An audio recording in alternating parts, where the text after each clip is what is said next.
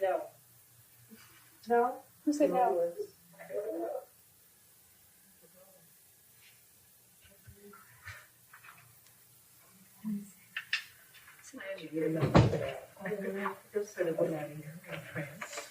Betty, Yeah. he's trying to outclass you. They're purple. Go over and look at it. I was looking at it when you came in. Your nice. What is it? Oh. I was going to say a Thunderbird maybe, but it's. Well, it could be. Yeah. Yeah, that's very nice.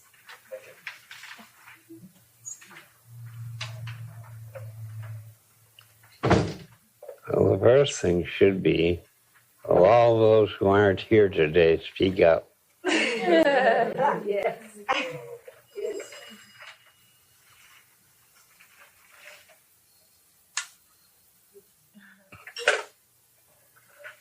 Dr. Erickson, would you be willing to explain some of the things you've been doing the last couple of days?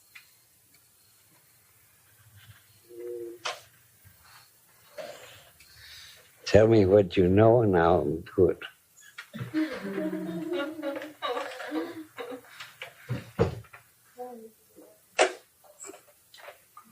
It's not, well, something isn't plugged in over there. That's right. Mine. It's been pulled out. For example, I get, from the stories you tell, I understand bits of them, and I also can tell that there are other parts of them I'm not understanding. And I also wonder when you're working with us, when you're doing therapy with us, and when you're not. I'm doing therapy with you when you take advantage of me. So all the time. We're all taking advantage of you. Yes, you. I have a couple of questions I'd like to ask you relating to hypnotism. All right. One is around the 11-year-old girl that was a bedwetter, and you helped her to discover something she already knew but didn't know she knew. When you described that case, you talked about putting her in a light trance or some kind of a trance first. And I didn't understand from the story what was the purpose of putting her in the trance. I didn't understand how hypnotizing her fit into the whole treatment. The purpose of putting her in the trance was to hold her attention. Big girls squirm around enough, and younger girls squirm still more. I wanted her to sit still. I wanted to give her to give me her full attention. And then I also wanted her unconscious mind to be listening. So I took her out of the ordinary state of conscious awareness and limited her awareness to my voice and to the paperweight. And thus I had her whole attention. And in getting her whole attention, she absorbed everything I said without trying to elaborate it or dispute it.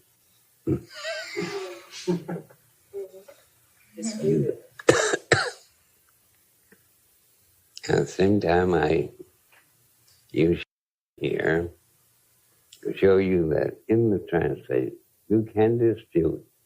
You don't have to accept. You're as free as you are in the waking state. When you're doing therapy, the dentist can tell you, hold your head still while he pulls a tooth. And you're not likely to do that. I was freer in the trance state. Hmm? I was freer, more free in the trance state than in the waking state. Yes, you had fewer restrictions because we learn a lot of restrictions.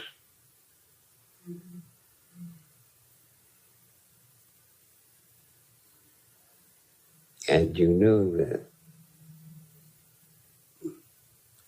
while you argued with me and disputed me, there'd be no ill feeling on my part. Yes. You wouldn't reject me. I wouldn't reject you. So you were comfortable.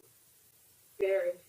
And while in a waking state, you can always say, will I offend him? Will he reject me?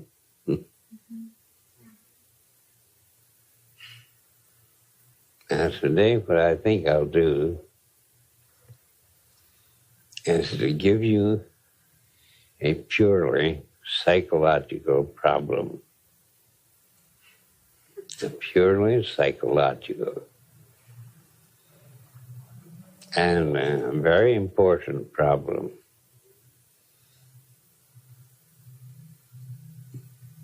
And I will ask you to try to understand it.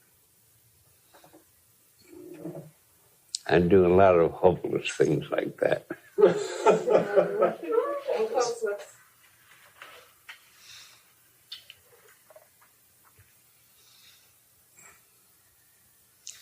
As a bookkeeper in a Michigan hospital, Thank you, Frank. a bookkeeper in a Michigan hospital, a young man, I liked him very much. He was about 15 pounds underweight, and he belonged to the Greek Orthodox Church. He fell in love with a Greek Orthodox Church member, and she fell in love with him. And she was one of these utterly beautiful, voluptuous girls that could arouse a sexual response in any man who could see her. And of course, his mates, big bookkeeping mates at the hospital, ribbed him a lot, teased him a lot, told me he ever married that girl, she'd wear him down to a shadow.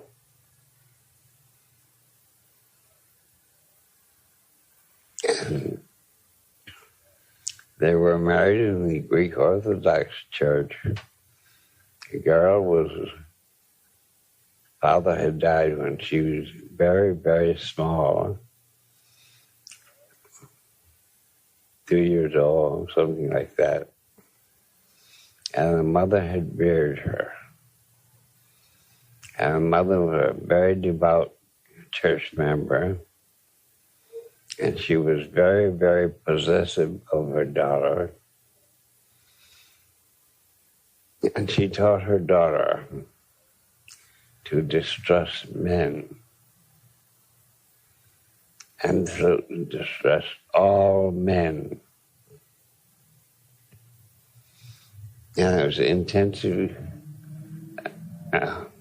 conditioning the mother gave the girl. The mother approved of the young man, approved of the marriage, and openly expressed her hope for grandchildren. And during the marriage, of course, the ceremony was completed by a kiss, and a very chaste kiss in church. When they got home to their apartment, a young husband discovered that if you want to kiss his bride again, he could put his hand on her shoulder and no lower. And that night when they went to bed, they both went to bed happily, anticipating the consummation of the marriage. But She got in on her side, and he got in on his side. And when he started to move over to her side of the bed, he became hysterical, frightened, slid out of bed, and cried and trembled. I was absolutely in utter fear. And that went on night after night. She knew that was wrong. He loved her. He thought she'd get over it. But as long as she was fully clothed, she could kiss him ardently. But he must not put his hands below her shoulders. And she knew that was wrong. And she tried to let him kiss her in her pajamas. When he went toward her, he kissed her in her pajamas. He became frightened, screamed, backed away from him, trembled, absolutely terrified. And 4 months later, he had lost another 40 pounds, and teased by his office mates. I had met the girl at a hospital picnic. She was a very nice, normal girl. She was friendly, agreeable. He was very much in awe of the superintendent, very much in awe of me, because I was next in rank to the superintendent. And she knew her husband's respect for me. After 4 months loss of 40 pounds, young man sought me out and told me, I can only kiss my wife if I've got my hands on her shoulders. I have to be very careful if I want to hug her to keep my hand on the back of her neck. I can't get near her in her pajamas. She knows it's wrong. She will sleep in the nude with me, but she won't let me touch her. If she senses my hand coming toward her in the bed, she slides out terrified. We talked it over fully dressed at the table, and she says she can't help what she's doing, and I believe her.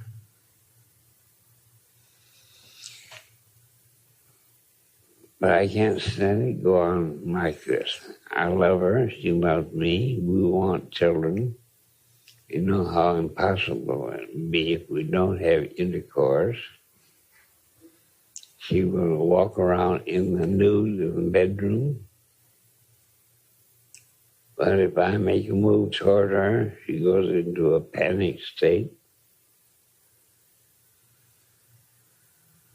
I've discussed with her having psychotherapy, and she's very eager for it. And she's told me that you are the only man that she will talk to. She knows she can't talk to the superintendent, and she doesn't like to get a psychiatrist. But she has told me she'd like to talk to you. Her mother is worried, awfully frightened, because her mother wanted grandchildren right away. I agreed to take the case. How would you handle that case?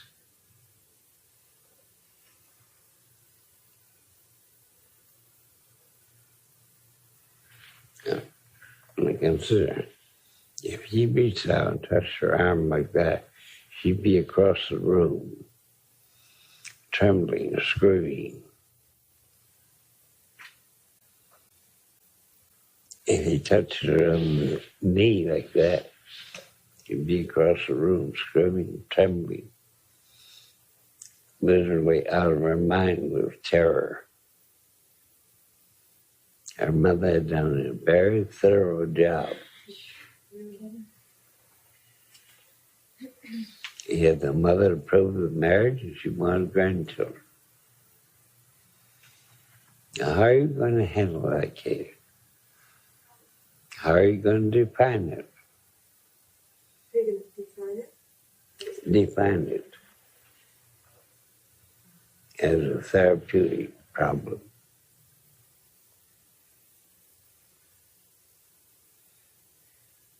Dissociate her in some way. Does that? Dissociate her so that she could get through the experience without having to experience the fear. A girl that frightened.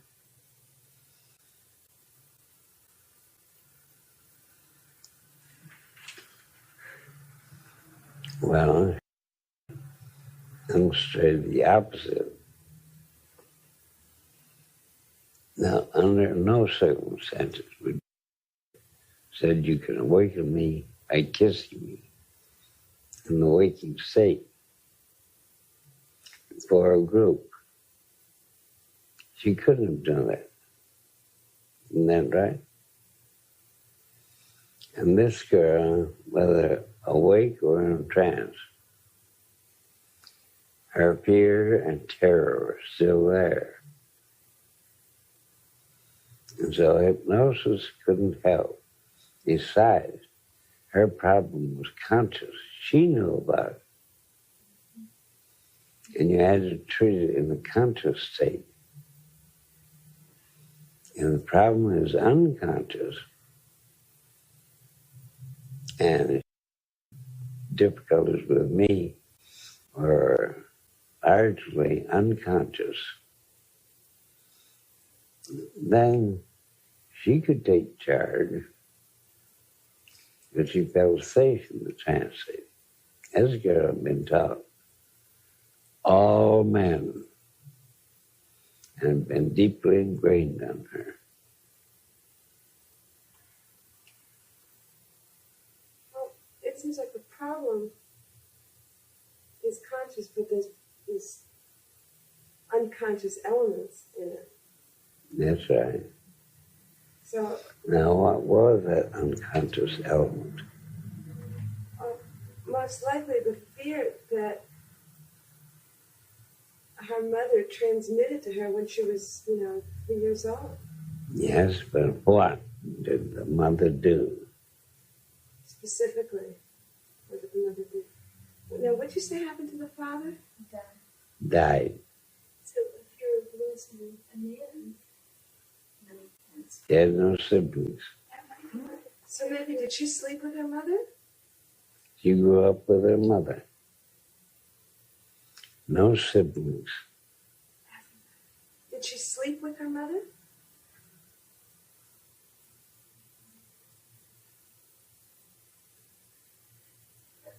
In all other regards, her mother was a nice woman. Afraid her mother transmitted to her, if you get too close to a man, Had transmitted to her an all-inclusive fear of men of being abandoned if you get too close. and being dangerous. Oh, her husband died. Not just falling in love and getting married could not dispute all her childhood, girlhood, young womanhood teachings. No, it wouldn't.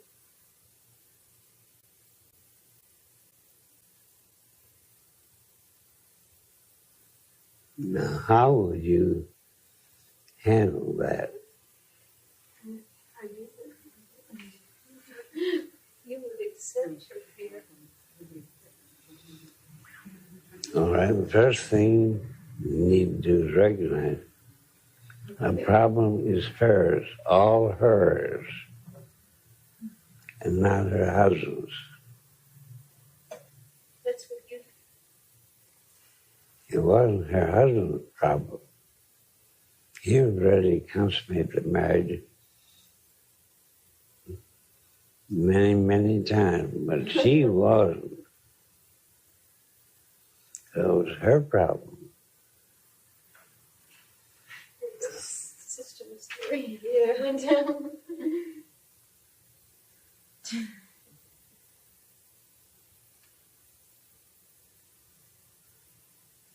So how are you going to handle the I problem? think you'd have to do some kind of age regression and get her back to.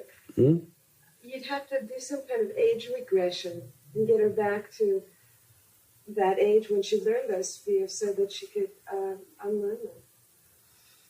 In There's a safe lot of situation. truth in it. When you live in a beach city like Detroit, to avoid strange men. There's a lot of truth. Mm-hmm. You're not a To strange man. To do some reality testing on how to separate out who to be fearful of and who not to be fearful of. That's right. Her mother hadn't done that. Mm-hmm. She hadn't been discriminating enough.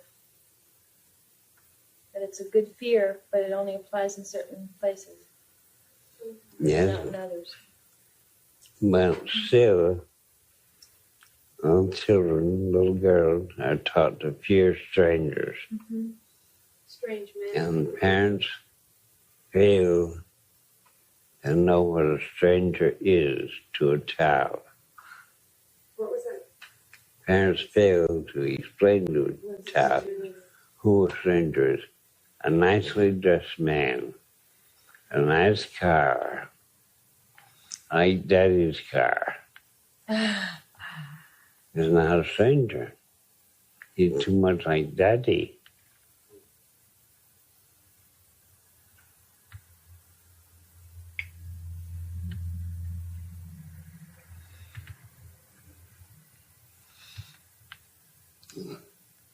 Also, discrimination that should be taught.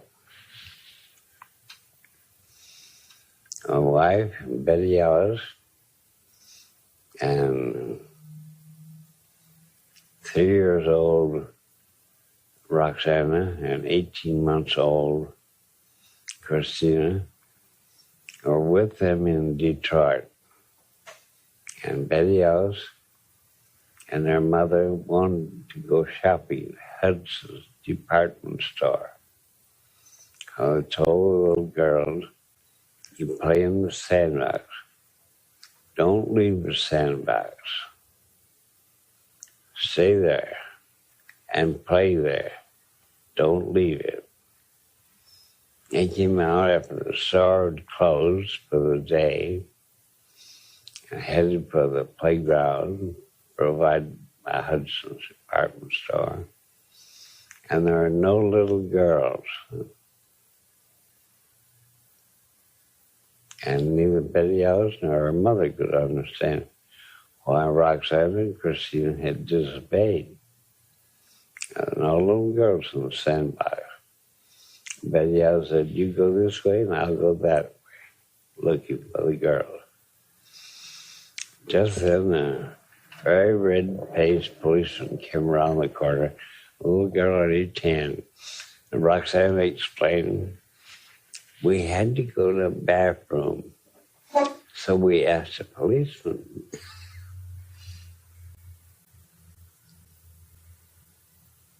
Well, there was a policeman on duty in that, on the grounds there, just to protect little children. And they knew enough that to recognize him as a policeman. And police protect people. And that poor policeman was so red-faced when Roxana gave her explanation. But I think he felt very proud when he got home. And two little girls had recognized that he was their protector. Now that's discrimination, incorrect discrimination. They couldn't ask a clergyman, a priest. You don't know who wears the habit, who wears his collar around backwards. The children weren't old enough to make that kind of discrimination. If they could discriminate police. All right. I told the young man I would see his wife, and she came in very embarrassed that Saturday afternoon. I questioned her about being in love with her husband, about her mother's teachings, about their bedtime behavior. She's awfully ashamed of it, said I can't help it.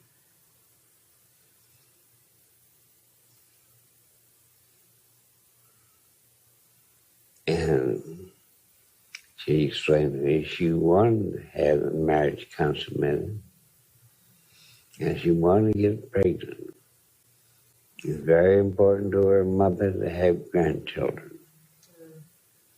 She lost her husband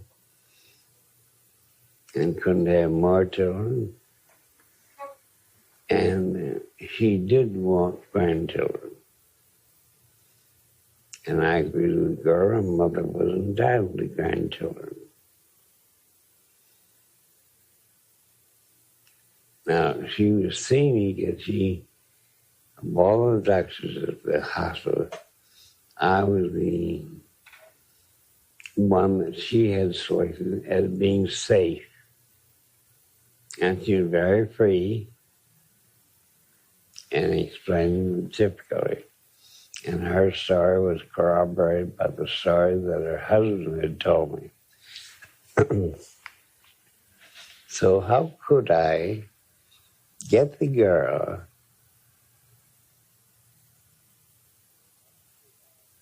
to handle the situation? Well, since it was her mother that gave her the indiscriminate teaching, could you talk to the mother and get the mother to re-instruct her daughter with the proper kind of discrimination?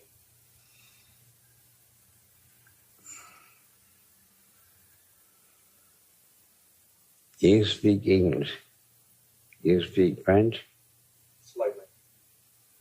You speak Japanese. Not at all. If you married a Japanese girl, could your mother tell you how to do love talk to a Japanese girl? My mother? Hmm? No. She was Japanese? No.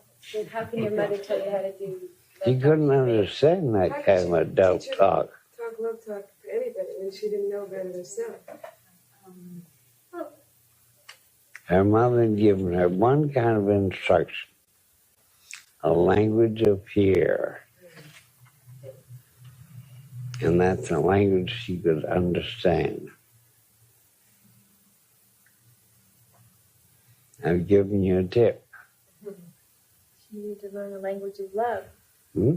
She needed to learn the language of love. Yes. And how could I teach her that? Well, the most likely person would be your husband to teach her that. And he'd be at 4 months. That's true. Something already was going on between you and her. She'd already said that he is the only man. That's that? Something already was going on with her in regard to you. You were the only man that she trusted. And you were already beginning to teach her that. I mean, that was already, the seed was already there between you and her. All right. I'll tell you what I did.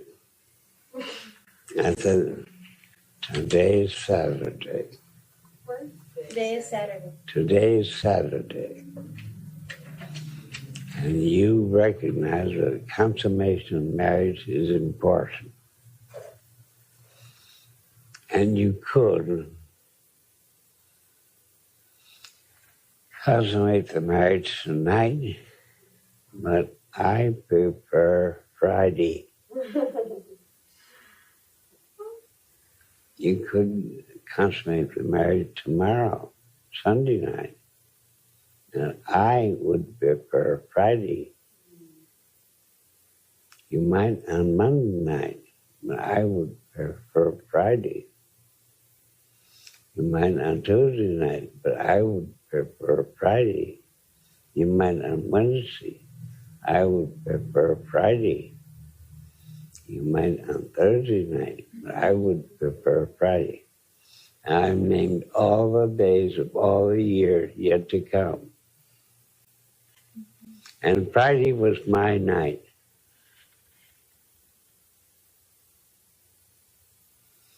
Marriage was consummated. I told her husband, you go to bed, go to sleep, and be totally passive. And never make a move. Saturday night passed. Now her husband making a move. Her making a move. Saturday night gone. Sunday night, same thing. And my night of Friday was getting closer. Tuesday night, and by Wednesday night, and my night of Friday, my night was getting closer. On Thursday night, she wakes her husband sound asleep and raped him. Thursday night? Yeah, after 11 o'clock. But it wasn't Friday. No. I gave her a chance to be afraid of man on Friday night. I thought you were giving her permission that way. No, I gave her the situation where she could be afraid of a man on Friday. And she waited until the last possible hour. And it was her problem. And she raped him. And then he was your patient after that. No. And that surprised him, but he functioned adequately. But her mother had never told her to be careful that she didn't rape men. That's true. Her mother had told her to fear a man and never said anything about her attacking men. So I set up a situation in which she could take the initiative and attack a man. And she had never been taught not to rape a man. So I just filled in where the mother had left a vacancy. And I gave her me to fear as a representative of all men.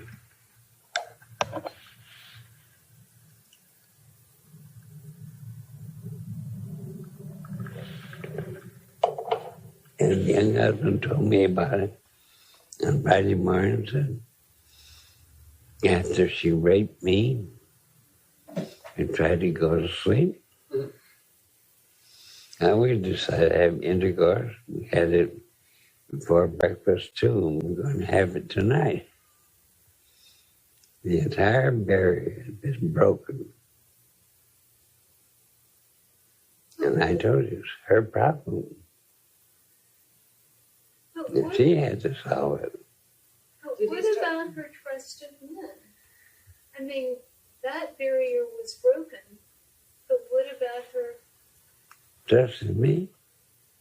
Trusting men. And she didn't know I was teaching her to fear me. All I said was I would prefer that she and her husband consummate the marriage on Friday night, my night. Mm. That brought me into a three-sided sexual relationship. But do you think, I mean, that broke the sexual barrier, but what effect do you think that had on her ability to trust men, ultimately? Or does it make But any she difference? trusted her husband. She loved him. It was just in the sexual area that she had these prohibitions. But he said she was normal in other ways. Her fear of all men, including her husband. She respected me because of my position of trust in the hospital, a 4,000-bed hospital, medical school, Michigan State University, Wayne State University graduate school. She had 3 professorships.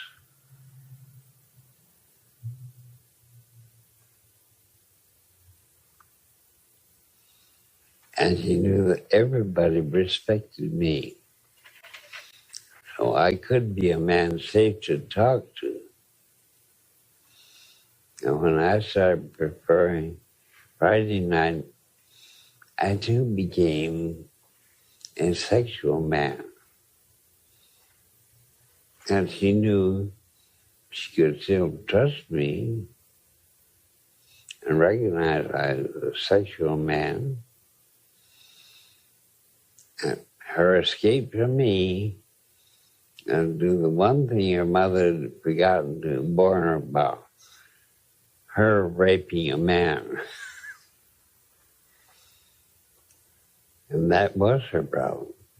That reminds me of your story about this girl, Cinnamon Face, in that you provided a channel for the anger or a channel for the fear, and that was a critical part of the treatment, giving the child someone to be angry at, and giving the woman someone to fear.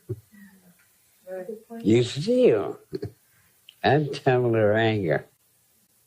And with this woman, you channeled her fear toward yourself. I channeled her fear about my Friday night. And so she ran away from that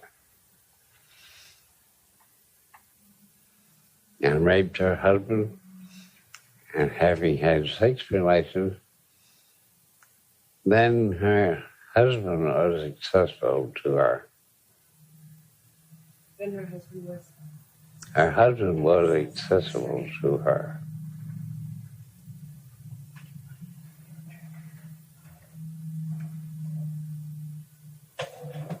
It's very like a little baby gets a hold of a sharp butcher knife and gripping it by the blade. How are you going to take that sharp butcher knife away from the baby?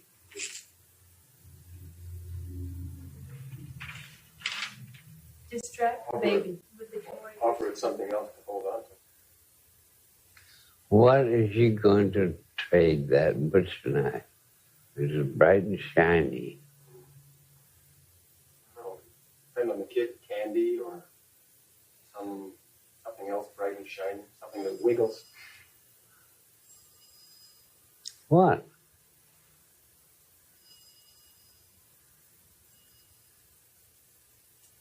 Everybody else sat on the floor, a sharp butcher knife in her hand.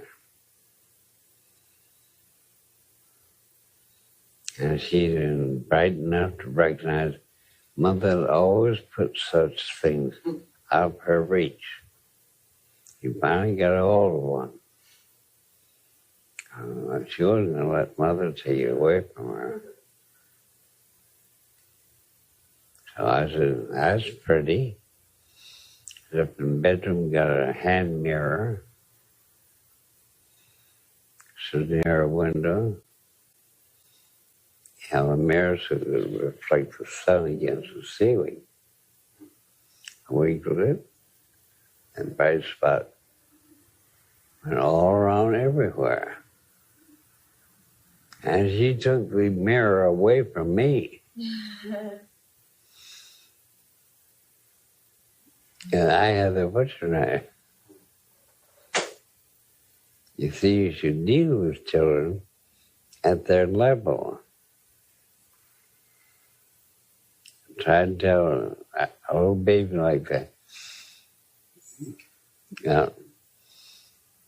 Many else you couldn't tell anything to. Now the steam was first turned on in the hospital where we lived. Because we lived in a hospital building.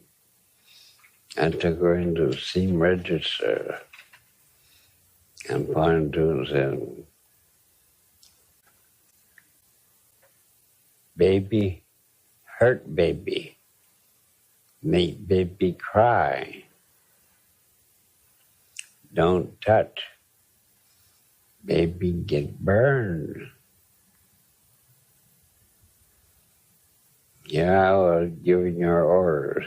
So he grabbed a hold of it and found it let loose. I took her out in the other room, touched her hand. I took her into another bedroom, went to another register, and heard baby, make baby cry, bite baby, burn baby. He slapped it with the other hand. Oh, no. So I dressed that hand,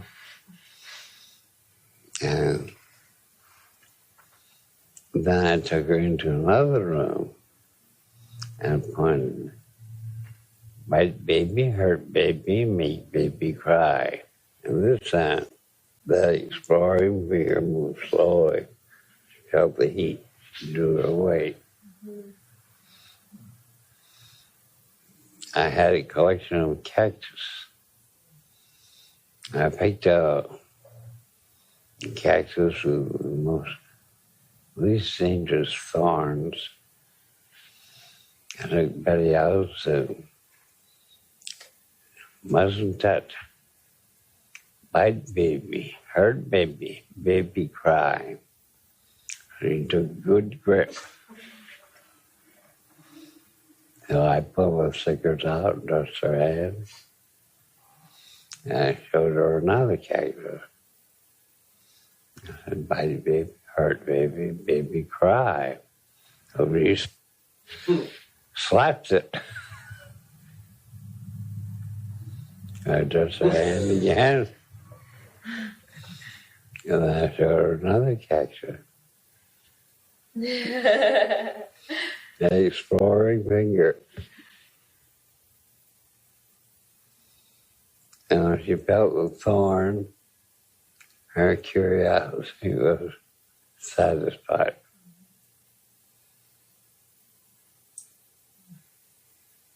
She had that Erickson drive. Or stupidity. No. I want to learn myself. You see, I taught my children not to be afraid of things, but to try to handle them correctly, no matter what they were.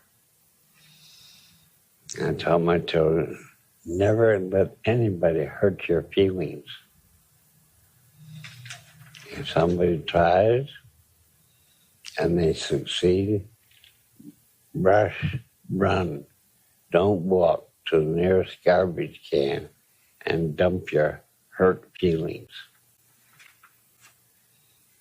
And she graduated mid-year in Michigan as a teacher. And applied for a job in industrial Detroit. And she noticed all the teachers had their faces averted. She read the contract. She noticed the school board were holding their breath while she was reading the contract. And she wanted a job, so she signed the contract. The first thing that happened was an old biddy on the faculty said, "We must give the new teacher a welcome party." And when that old biddy made that announcement, all the other teachers looked at the floor. They had hangdog looks on their faces, and nobody else looked at Betty Ellis. And Betty Ellis said, "This has every evidence of proving to be a disagreeable situation. And it's a party I don't want to miss." So she arranged to be the last one to arrive. She rang the doorbell. The old biddy opened the door, took her gently by the arm.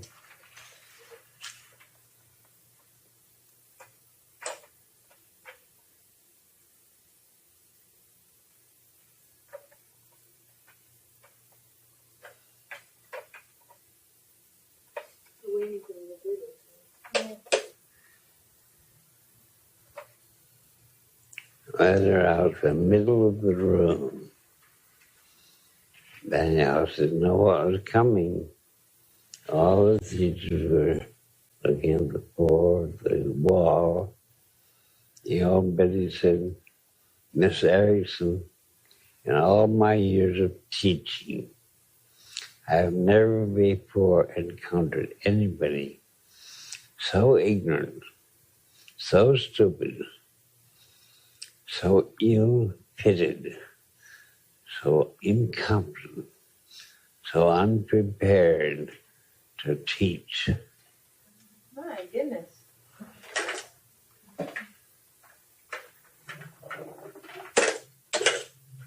With all these. And Betty Ellis smiled happily and modestly and said, "That's because I worked so hard at it."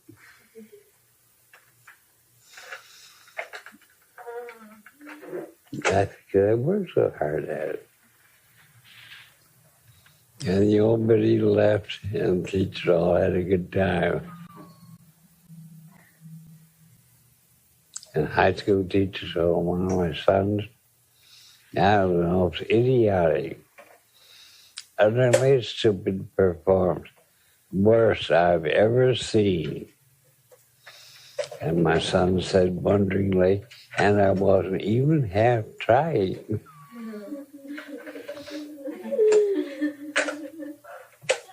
You don't take insults. You leave them with the insulter. It's his problem.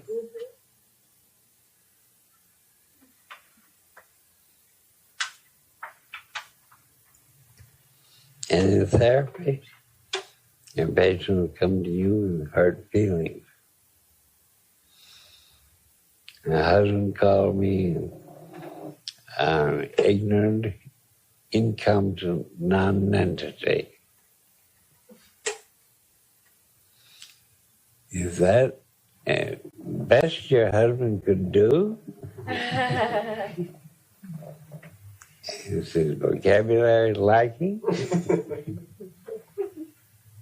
He must have meant something. What did he mean using just those few words? And she starts looking at the insult in a different way. Because I've discredited the insult.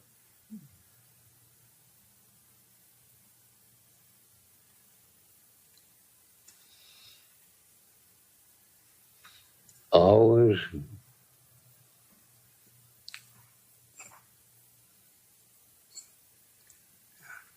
turn any insult,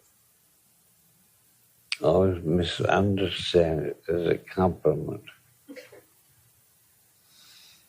And that baffles the person. Are you really that stupid? Only on Wednesdays.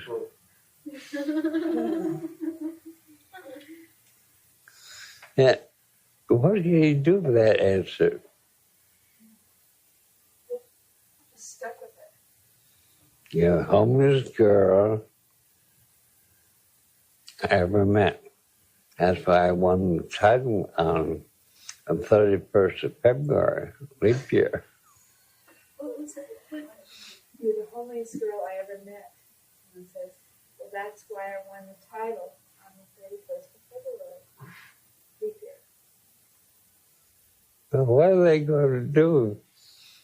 Your very stupid remark. They're going to try to make sense out of it. And that's their problem.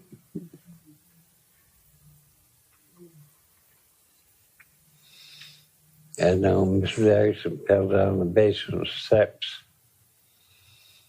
And Betty Alice was in the basement. About 9 years old. And as her mother was picking herself up, Betty Alice said, "Why did you do that, Mother?" And Betty's reaction was one of rage and then total amusement. It helped soothe her bruises.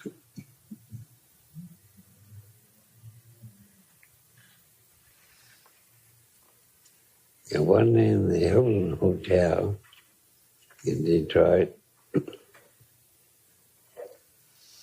I liked him there. Betty was with me, Betty Alice, and Betty Alice's roommate.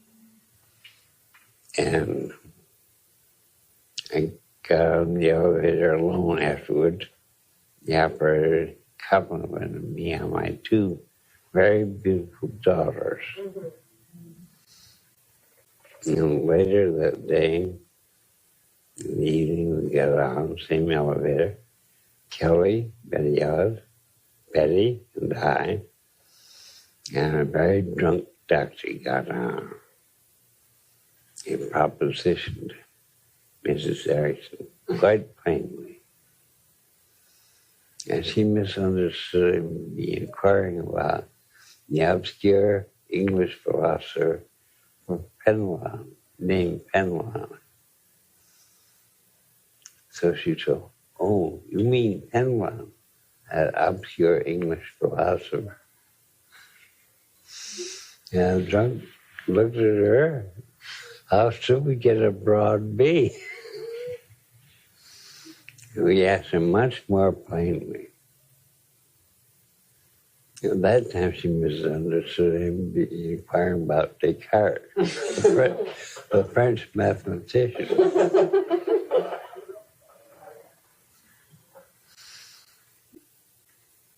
And he was so disgusted, he turned to Kelly and said, "Will you come up to my room and look at my etchings?" Kelly said, "No." So he got off. The elevator operated, and then Betty Alice said, "Mama, didn't you know he was propositioning you?" And Mama said, "Of course I did, but he doesn't know I know." And the poor operator, hearing Betty Alice, whom she called my daughter, say "Mama" to my other daughter.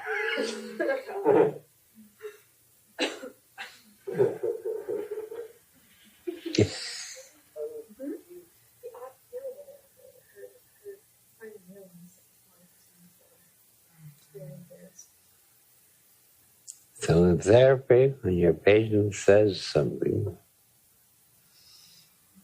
is tangential for your therapy, is understand it, give a new interpretation, and make that tangential remark totally useless.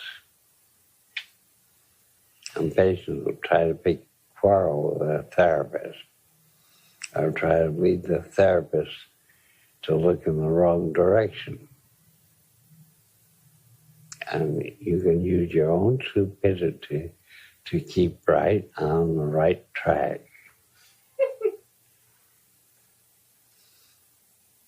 Could you give another example of that in a therapy situation?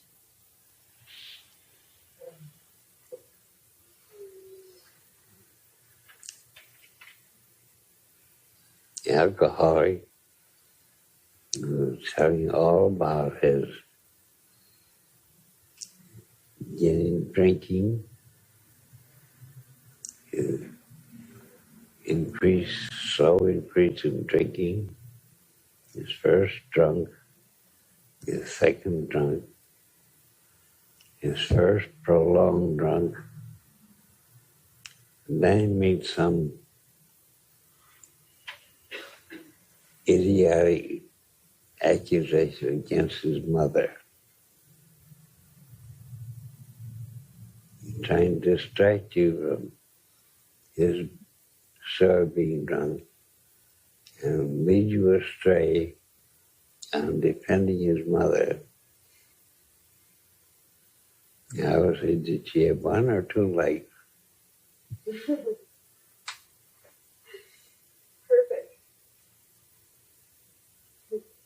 Beat them at their own game. You beat them at their own game. I beat them though, yeah. That usually gets a laugh, and we go right back to drunkenness. Actually, you let the patient guide the interview. It's your task to guide it.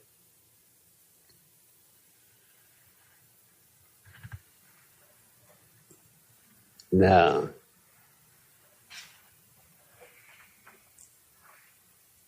I told you a man in a group that came here to get instruction about terminal disease in children,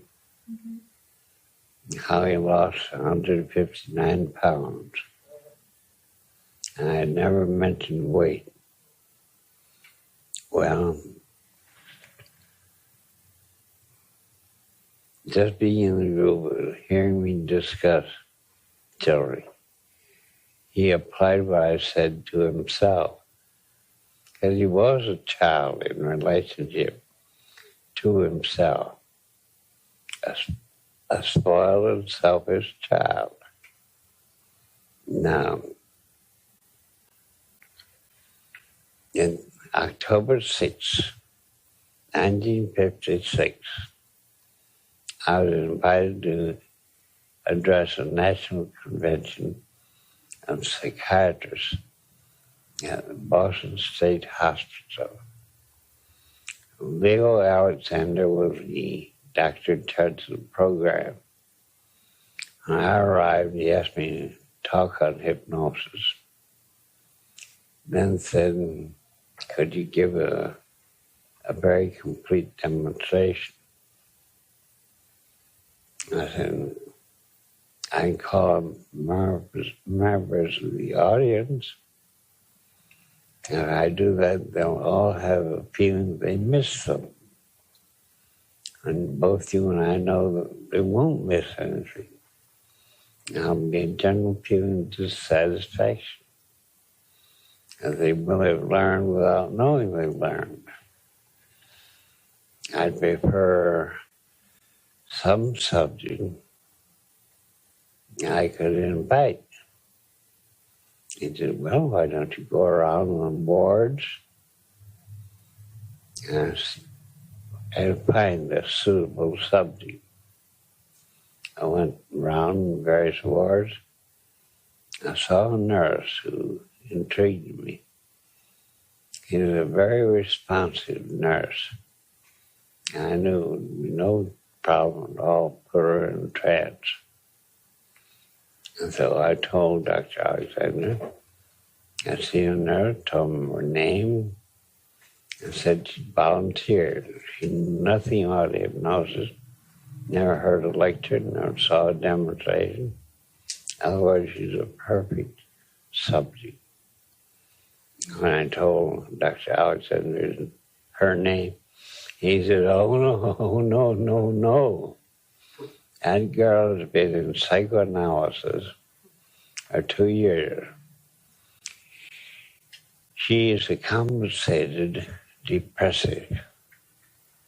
In case you don't know what that means, is a depressed patient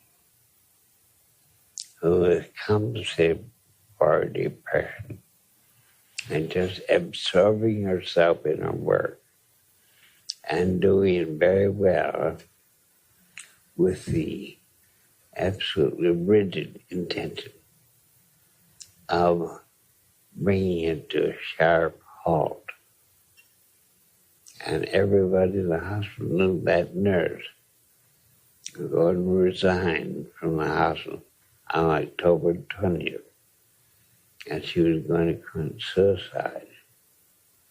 That she had already given away all of her jewelry and a lot of her clothes, keeping just enough to last until October 20th. And this is October the 6th. He said, that girl's going to commit suicide. We all know it. We're all prepared for it. And nobody can talk a girl out of it. And we're all alarmed. She does her work perfectly. She won't hear anything about her plans. And she's dead set on it. I said, well, I promised the girl. The girl promised me. If I refuse to use her, I can be the final rejection of her. And she commit suicide before October 20th. So I don't see any way out of the trap I've got myself into except to use her. And the entire staff, all our friends argued with me, but I couldn't see any way out of it except by using her. So I gave my lecture. I called on a few of the audience to demonstrate hand levitation or anesthesia or some minor thing. And then I called Anne. I told Anne where to sit in the auditorium. I called her and stand up. She stood up and I said, now Anne, walk up to the stage and come all the way to me. And don't walk too fast. Don't walk too slowly. And with each step, go a little way into the trance so that when you get all the way up to me, you'll be in a deep trance. And that's your walk with a measured step all the way up. When she arrives on the stage, he meets me. Her eyes are open, and she was in a very deep, deep trance. And I said, where are you? She said, here. I said, where is here? He said, with you. Is there anybody else around? No. Where are you? Here with you. I was out there, nothing. There, nothing. And total negative hallucination for all our surroundings. I demonstrated catalepsy in her. She was already demonstrating negative hallucinations. And then I said, you know, Anne, there's such a thing as time distortion in hypnosis.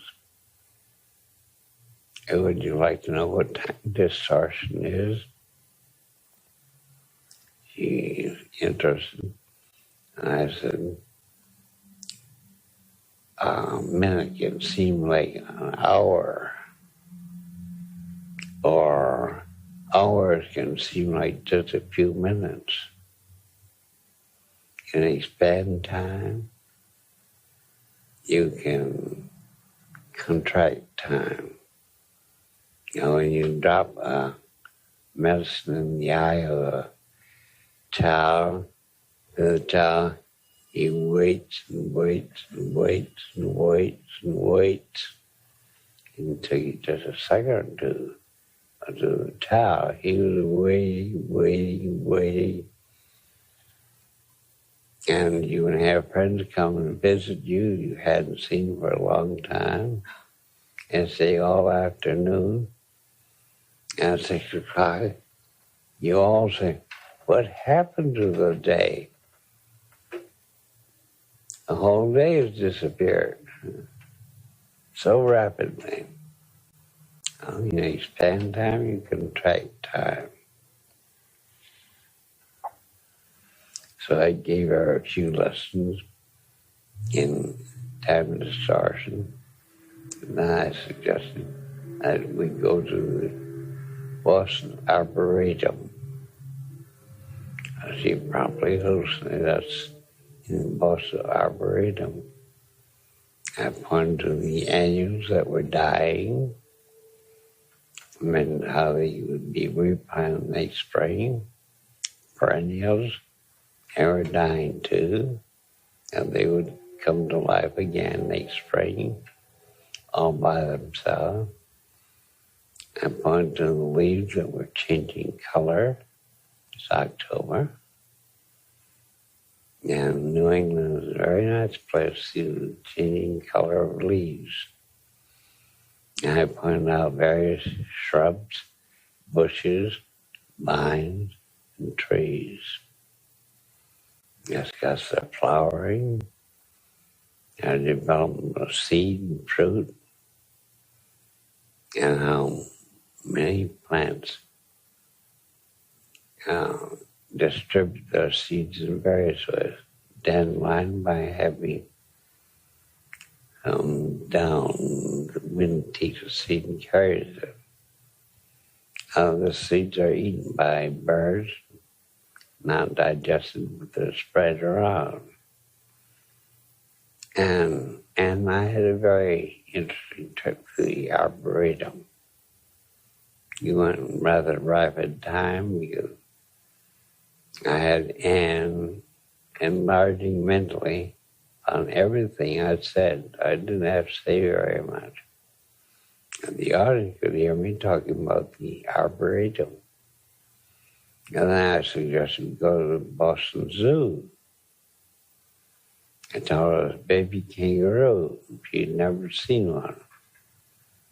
She hallucinated being at the zoo. We looked at baby kangaroo, the adult ones, lions, their cubs, and tigers and their cubs, and wolves and their whelps, and the elephants and the monkeys and so on, bears. And then went to the aviary and looked at the birds. I spoke about migration of birds, how a tern born in the Arctic hatched out one summer in the Arctic. And the right time comes, it flies 10,000 miles to the tip of South America. It doesn't have the compass it has in a college education. It finds its way anyway. I spoke about the wonders of living creatures. And then went back to the hospital. I gave her a positive view of the audience. I let various members of the hospital staff talk to her and demonstrate rapport. He talked to them, and not as a nurse, but as an equal. He's a very lovely subject. And then I suggested Anne. Hospital is boring. Let's walk down to Boston Beach. Spoke about beach having been there long before the white men, enjoyed by the Indians, countless generations of Indians. Been countless generations of whites, pale faces, who had enjoyed the beach. And Boston present, very lovely beach, being enjoyed by the current generation. Yet that beach would remain there permanent for future generations. And I had a look at the ocean as it was smooth, small waves on it, huge waves. He talks about the inhabitants of the ocean, the migrations of the green turtle, of whales, of salmon,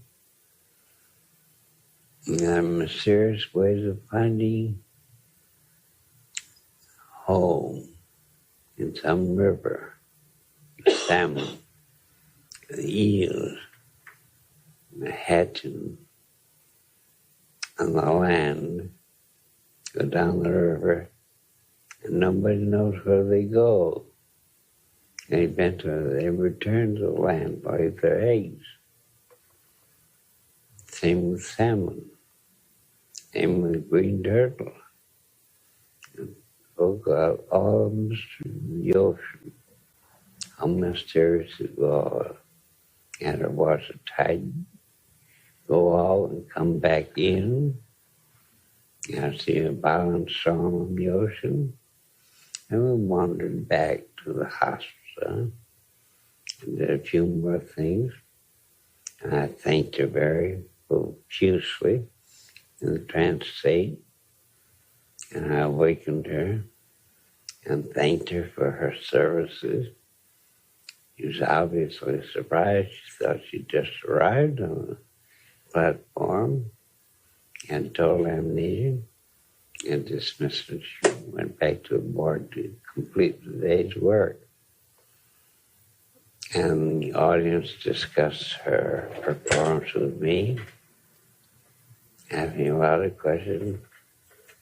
Next day, Anne did not come to work. Alarmed her friends. Next day, she didn't show up for work. Went to her apartment, couldn't find any traces of her uniform. Just a few clothes she had kept. She was an orphan, had no siblings. The police were called in to missing person. The police could find no trace of her body.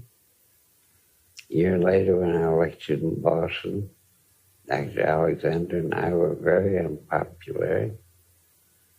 Nothing had been heard from Anne. 5 years later, everybody had forgotten Anne, except Dr. Alexander and me. Still no traces. 10 years later, no traces. 15 years later, no traces. And 16 years later, on an afternoon, I got a long-distance call from Florida. A woman's voice said, "You probably will not remember me. My name is Anne. I was a nurse you used as a subject at Boston State Hospital in 1956. I was thinking today you might like to know what had happened to me." And so I was very interested. Upon leaving work, she went to a naval recruiting station. And she demanded immediate induction into the Navy. And all her credentials. The Navy took her in, served a couple of enlistments, and then she was discharged in Florida.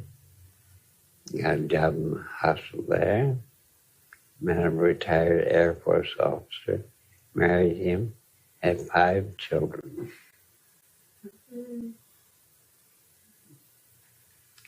And I was doing therapy the whole time, and nobody knew it. I was discussing life, various forms of life, beauty of life.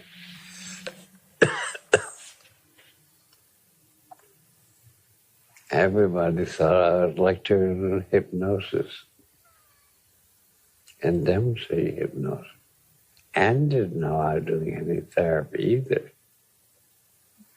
Just being a good subject.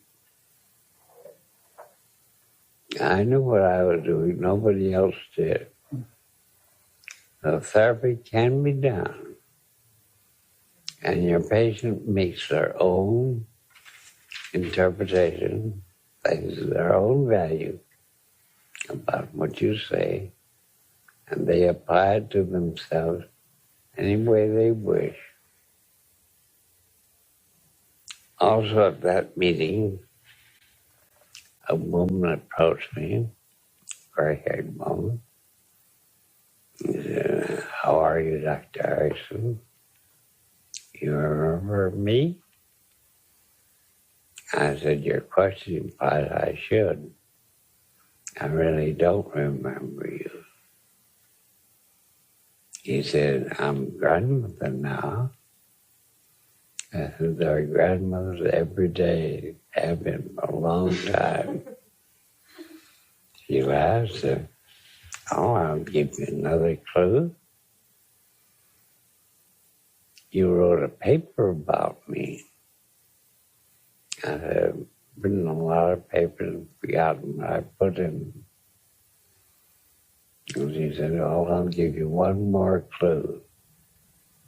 John is still practicing internal medicine." I said, "Hello, Florence. I'm glad to see you again." When I first went to Worcester State Hospital on research service, I was first psychiatrist on the research service, just building it up then. I was very, very busy.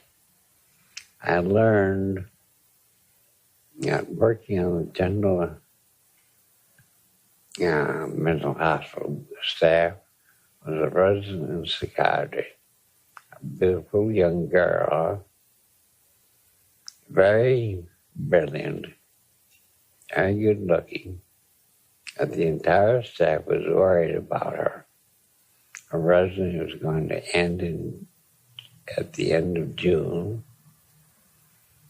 And in January, he had developed a very bad neurosis. And she had sought help because he was having stomach problems, colitis, insomnia, losing weight. He was afraid of everything. Could only feel comfortable working on the ward with patients. And she worked from early in the morning till late at night. And she tried to talk to various staff members. He didn't know what was wrong, didn't know what had caused it, but she knew she was awfully neurotic and fearful and worried and afraid, terrified. And the staff was very concerned about her. She had been a very brilliant, very competent resident. Now he was breaking down into a basket case. I was too busy on the research service doing anything about it. One day, she showed up in my office and said, "Dr. Erickson, I've attended some of your lectures on hypnosis, and I've watched what you've done with hospital employees and with patience. I'd like to have you come to my apartment and put me in a trance tonight. I have a problem. And when you arrive at my apartment tonight at 7 o'clock, don't be alarmed if I've forgotten that I invited you to come. Just come right in, no matter what I say to you. When I arrived at her apartment at 7 that night, he was awfully surprised, but courteously invited me in the apartment.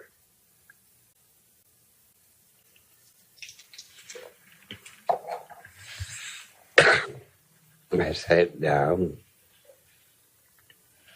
and then a social chatter about it being my first string in New England. I didn't know anything about New England. I'd come from Wisconsin, Colorado,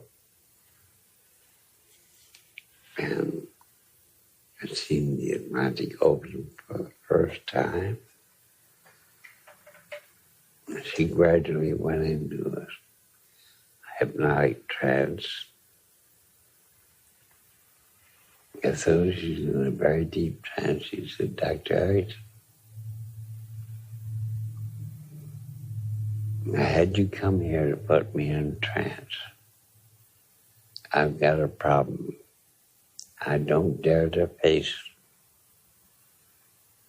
But I have to face it. I don't know what the problem is. I want you to keep me in a trance. Send me in my bedroom. Tell me to lie down on the bed and go to work on my problem. Return in 1 hour and ask me if I'm through. I obeyed her instructions. Picked up a book and read until 8 o'clock. I then asked her if she was through. She said, not yet. It'll be at least another hour. I'm back to my reading. At 9 o'clock I went in. She said, it's longer than I thought. And just wait and come in at 10 o'clock. Came in at 10 o'clock. Said, I'm almost through. It'll take me about another half hour. In the half hour, 10:30, I went in. She sighed and said, I'm all through.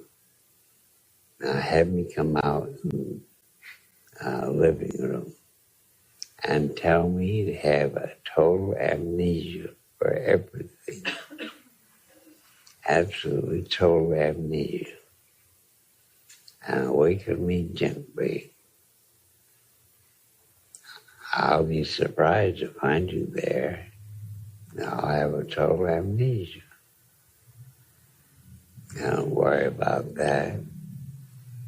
And before you leave, tell me it's all right to know just the answer. And I sat her in the chair she had been in. I saw her proceed to awaken her by continuing chattering about a spring in New England. She awakened, obviously bored by what I had to say about New England. All of a sudden, she happened to see the clock. I read 11 o'clock. And Dr. Erickson, it's 11 o'clock, and what are you doing in my apartment this hour? Would you please leave? I said, certainly. Opened the door, stepped out. I said, it's all right to know just the answer. And she blushed. I said, a thought came to me.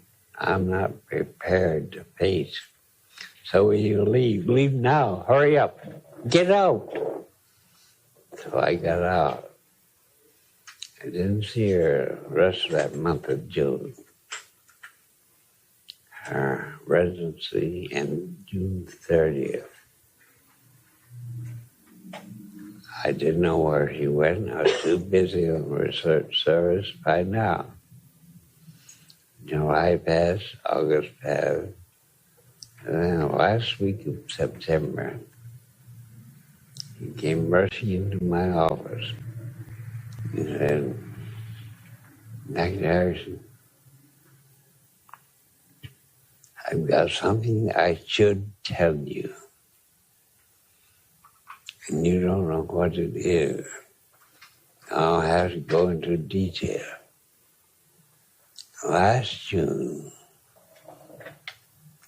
well, this morning I was lying in bed. I'm working at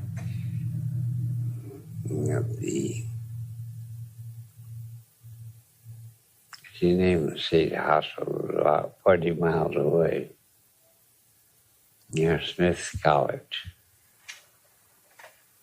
And I'm on psychiatric service, and my husband, John, is on medical service. Today is my day off. I was lying in bed, enjoying, and thinking what a fortunate girl I was. And I had met John and fallen in love with him. John had fallen in love with me. I was thinking of all the happiness since our marriage last July. And I was just reveling in happiness, way a bride can revel in. Now she's married the right man, he loves her and she loves him. Everything is wonderful and rosy. And all of a sudden I remember inviting you to my apartment last June. And I didn't remember when you showed up. I invited you. I was just surprised. I tried to be polite. And you started talking about spring in New England. I went in a trance. I told you I had a problem I couldn't face. I told you to send me into my bedroom. Come back in an hour's time. And then you were to tell me when I went into my bedroom, lie down on the bed and work on my problem. I told you to come back in an hour's time. You did, but I wasn't through. Came back at 9 o'clock. I wasn't through. At 10 o'clock, I wasn't through. And at 10:30, I was through. And when I lay down on the bed and work on my problem, a great long manuscript unrolled and lined down the middle. On one side were the pros, on the other side were the cons. I concerned John. You see, I come from a very wealthy, very snobbish family. And everything was easy for me in school. I always got A's in college and medical school. I didn't have to work hard. My family was wealthy.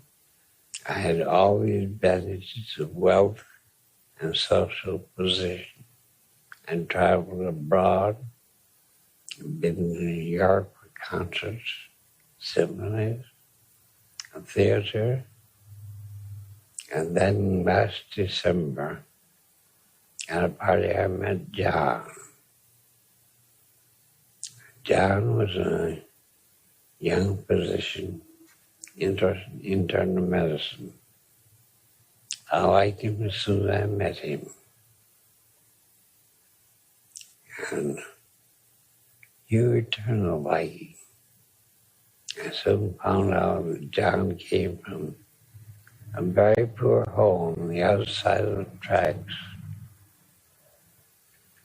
And his parents were uneducated.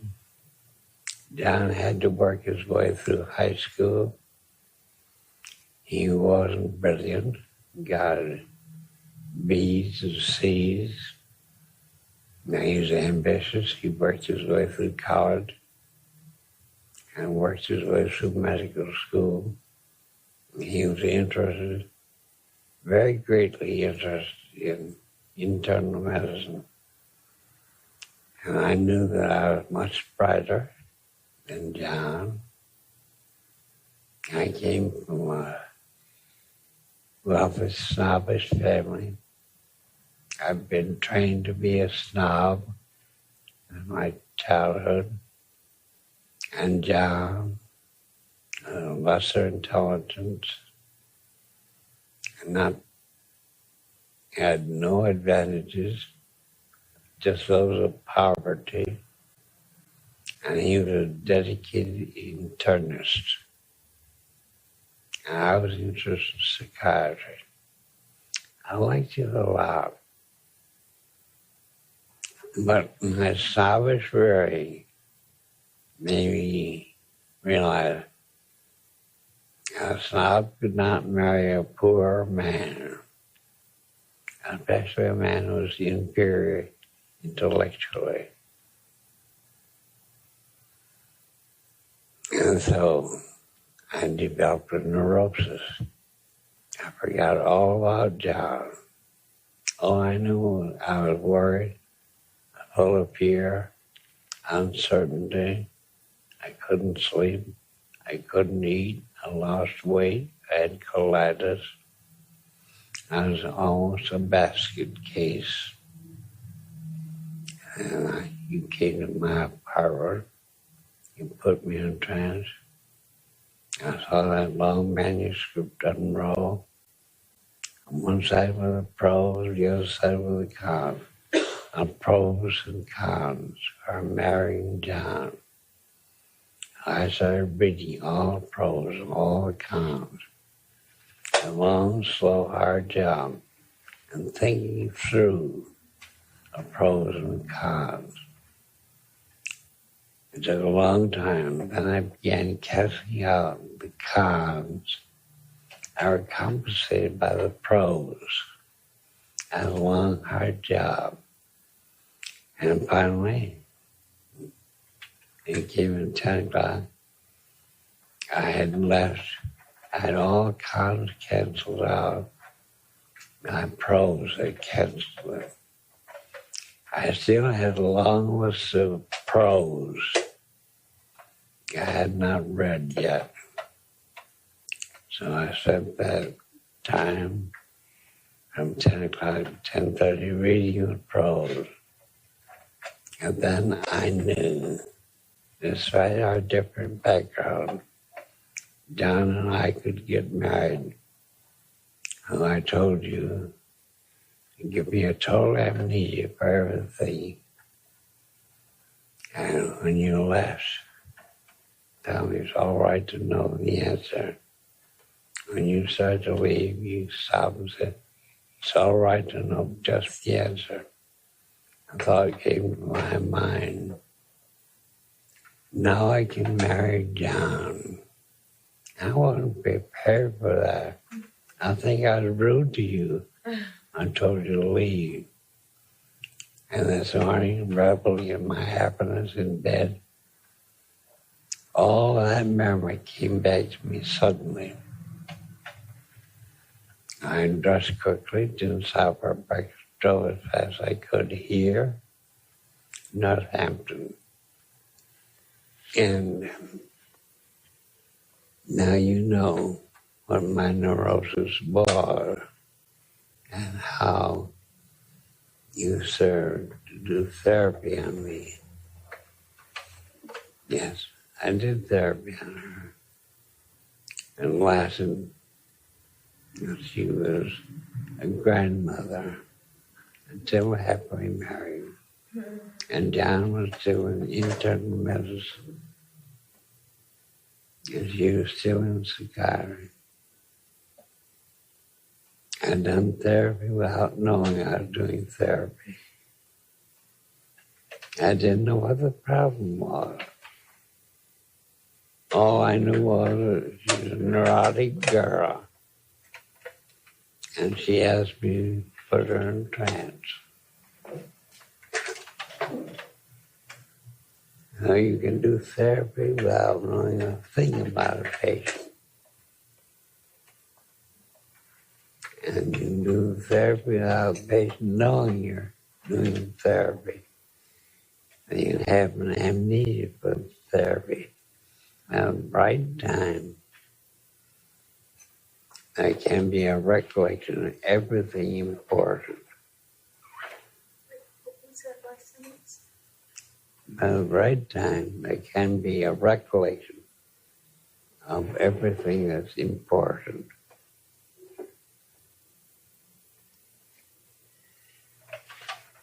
I have several cases like that I treated and didn't write out or publish.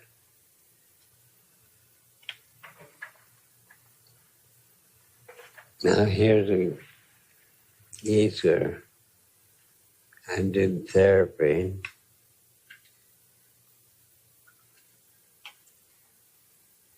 By actually being offensive to the patient. I first went to Michigan. I saw one of the hospital employees. The girl was pretty from the knees down, pretty from the waist up. And she had the biggest penny I had ever seen on any girl. It was enormous. I saw her walking down the hospital corridor, and she passed something, made a vicious swing of her penny to knock that person down. So I knew she hated her great big penny. And that interested me, a girl who hated herself. I kept my eye on her. Didn't take long to find out she was a medical technician. And from my office, I could see her on her days off, standing at the gate to the grounds, greeting mothers who had small children with them. And I could see the girl ask a question, nod her head. And the girl would give the child stick gum or a toy or a piece of candy and ask the mother another question, mother would nod her head. I see the girl take charge of the small child. How the mother came to the house to visit with a sick relative. And also the girl would sometimes like 30 little kids look after her. And she always did it on her day off, through all the good weather, spring, summer, and autumn. That was her day off, babysitting a lot of strange kids, old kids. And after about a year, he developed hiccups night and day. Visiting staff with 169 men from Detroit. They all examined her. Also staff too. And everybody agreed there was nothing wrong with her physically. And everybody recommended psychiatric consultation. And the girl flatly refused. She knew who the psychiatrist was and be called in. And she didn't like the idea of having me interview her. So she held out, hiccuping night and day for another 3 weeks. And her boss in the medical laboratory got it. Discussed and went to see her and said, "Now look here, miss. You're getting free hospital care. I'm keeping your job open for you And even though you're sick of bed, you're getting paid regularly. Your sickness isn't causing you any trouble. And all the staff recommend a psychiatric consultation. You're refusing. So I've come here to give you an ultimatum. Either you accept the psychiatric consultation or take the telephone, call your private ambulance, and get yourself admitted to a private hospital. You'll pay the ambulance, you'll pay the private hospital, you'll lose your job,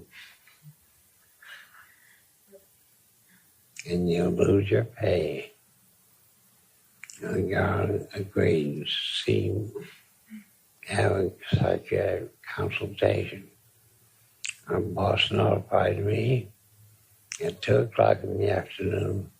I went over to see her. I walked into her room, closed the door behind me, held my hand up this way, and said, keep silent, don't say a word until I finish speaking. You won't understand what I'm going to say to you. Now listen carefully, and I want to make it very plain. You've got the biggest, fattest behind I've ever seen on a girl. And also, you have never read the Song of Solomon in your Bible. And also, Song of Solomon. Song of Solomon. Apparently you haven't either. I have. Yeah. Yeah. The girl looked at me very puzzled. I said, just because you have a great big fat derriere, you think no man will be interested in you. Now, you read the Song of Solomon, you know a certain kind of man will be very interested in you. You think that great big pan of yours is a handicap, and it isn't. Because if you'd read the Song of Solomon, you would know that any man who wants to be the father of many children,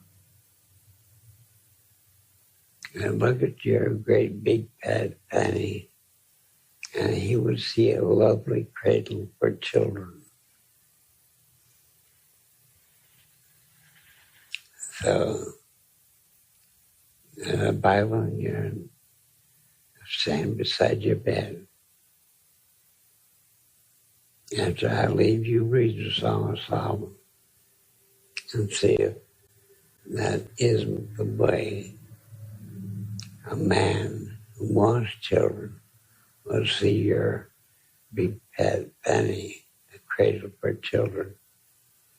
Now, don't get over your hiccups now.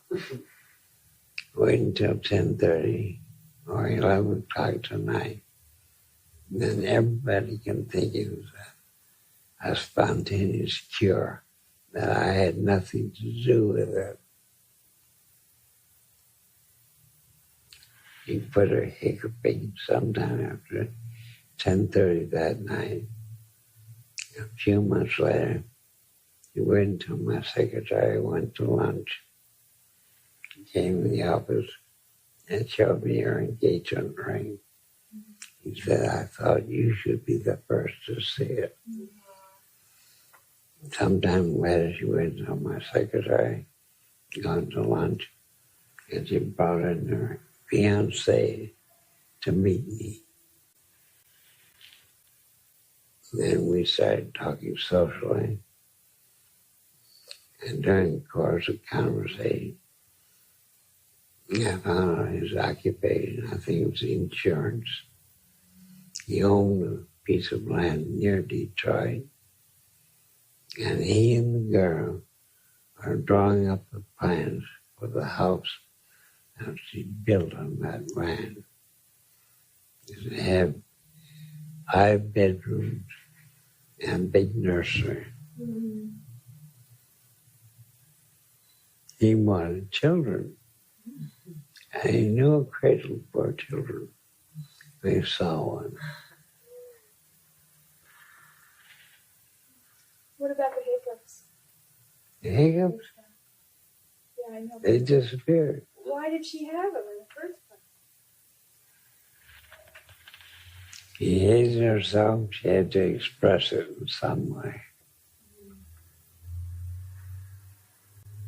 And her hiccups drew attention to her. I was kindly and favorable. She would lie in bed all covered up. So people would sympathize with her, look at her kindly, and try to treat her for hiccups. And never look at her panty.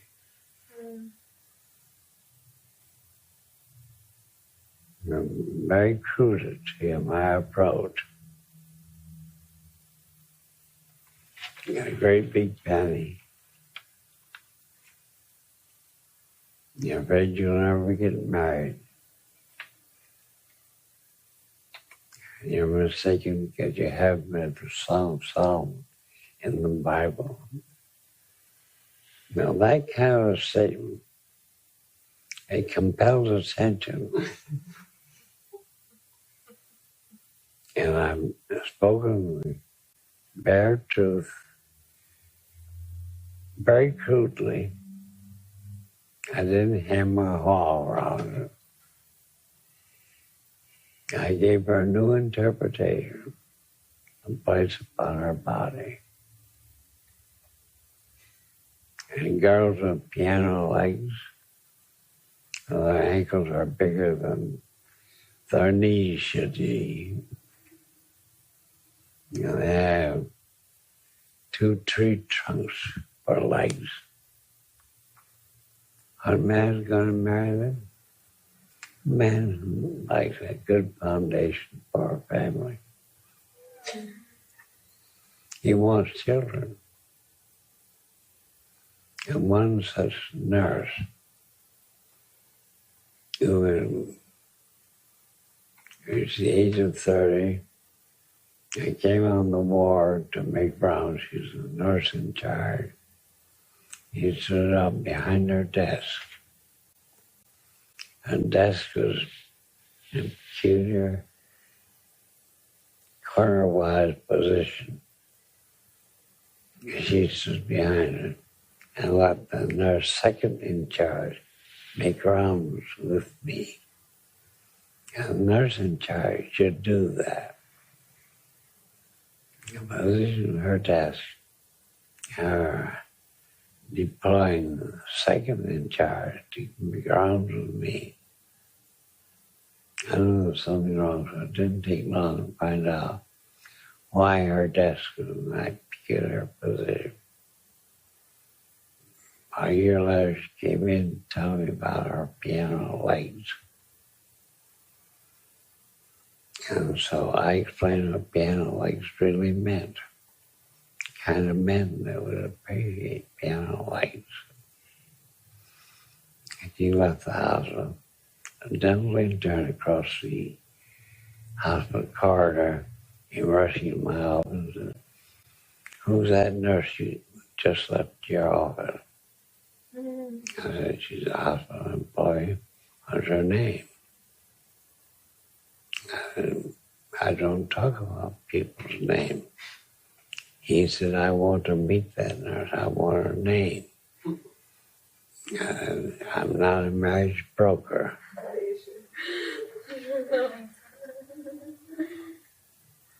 And you are dental intern, but you have worked here long enough to know that most of the employees of this hospital live in West Dearborn, or East Dearborn, or even in Detroit. And the bus service and brings them to work in the morning, takes them home at night. and a bus stopped just across Michigan Avenue. I rushed to the window and saw him and a nurse waiting. It was winter time, so he grabbed his coat, overcoat, rushed to the bus stand. And the following New Year's Day, they held an open house. Mrs. Erickson and I were the only, I was the only doctor invited. And she took me aside to the side room and said, "It's hard to believe." When my husband proposed me, he said I had the foundation for a good, large family. And Marie had 5 children within 6 years. And both wanted children.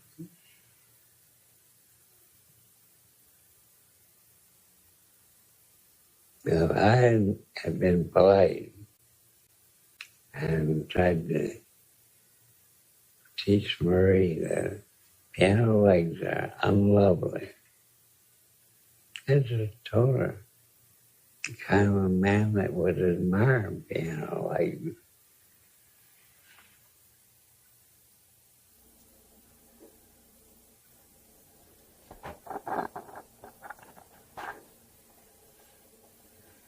You see, in therapy, your patient should have an appreciation that you are not afraid to tell the truth. They are afraid of the truth. And they try to beat around the bush. You tell a homely girl she's homely, and she looks in the mirror, she knows she is. Don't try to tell her she's plain looking. If she's homely, tell her so. And don't let her tell you that she's a trifle overweight when she's 100 pounds overweight.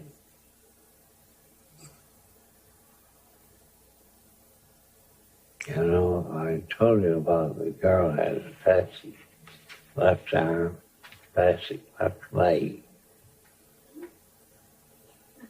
And her hand kept waving all over and her leg kept going. He came in to see me. He said, I didn't come because of spasticity in my arm and leg. I can't control it. She's demonstrating the fact. He said, I'm trifle overweight. I want some help in that regard. I said, and that's my favorite name for patients. What? Favorite name for patients is Anne. You need therapy. Now let's start out on a completely honest basis. You got your spasticity in your left side, you tell me, from a smallpox inoculation when you were 7 years old. Now that's a reasonable explanation. And I do know that there can be a localized encephalitis that can cause that type of spasticity. Also told me you couldn't control that you want to see me because you were a trifle overweight. Now, let's be honest. You can control that spasticity. Just put your left hand under that great big panty of yours and sit down. You control the spasticity and cross your big fat right thigh over your left thigh And that will control us. That's just there. And then we can take up the fact that you are not a trifle overweight. You're greatly overweight. Now that discourteous, impolite way, tell the patient, I wasn't afraid of her condition. I wasn't going to pussyfoot around. I deal directly. You have to have a kind of personality that allows you to be direct.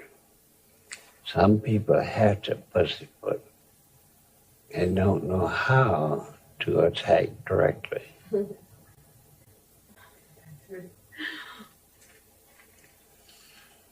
She slimmed down after 3 meetings. And I made her take all the blame for her being overweight. I said, you're the only one that stuffs food in your mouth. Nobody else does that. You do. The only one that does what? Stuff food in your mouth. Nobody else does that. Many years later, she's working Bird Halstead's laboratory in Chicago. She worked with brain-damaged children, deaf children, blind children, and taught them how to take care of themselves. It's her view. She's an excellent therapist, a blind and deaf and brain damaged. Retired. And she knew I was lecturing in Chicago. And so she called me in my hotel and asked me if she could take me out to dinner. And I agreed. She picked me up at the hotel and said, I'm taking you to a restaurant. I know it's good. I'm doing an experiment with you. You're going to walk in that restaurant. Nobody knows me. Nobody knows you at that restaurant. And we'll see what happens. I wonder what she's up to. I wear the rush over, helped me off with my overcoat. He noticed my limp. He didn't notice hers. She too had a limp, but it was less than mine. Her experiment was, had she sufficient control of her limp, a waiter would notice mine, but not hers. That was the experiment. Did you? And she was very proud of having controlled her limp that well. Yeah, it was a good test, too. Did you say patients are afraid of the truth? Aren't they? Why does big Zeppelin woman come in and say, I'm trifle overweight?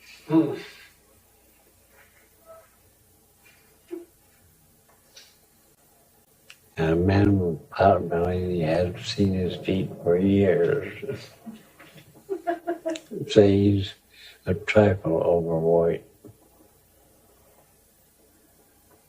And why does a patient who goes on 3 months long binges, you're drunk for 3 months or 6 months at a time, say I've got a slight alcohol problem?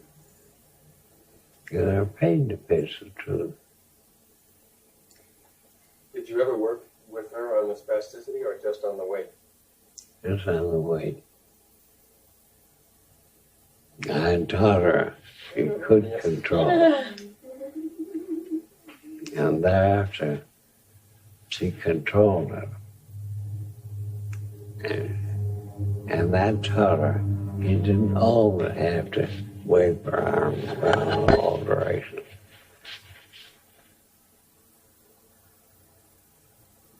And of course, especially, you can't control it. I can use artificial means of control. And doing that, you gradually learn a muscle pattern over the years, and it reduces the amount of elasticity.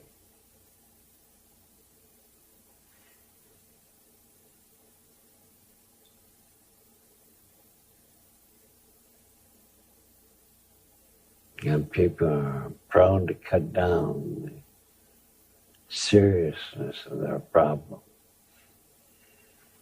and balloon out their troubles. Balloon out their troubles. Caused by a little neurosis. So you differentiate between the troubles they encounter and the actual neurosis. So maybe they tend to diminish what? They tend to diminish what? Their actual problem. The actual problems, then balloon out. The trouble it occasions them. Balloon out the trouble that occasions them? No, that the neurosis causes. Oh, balloon out the trouble the neurosis causes. Right.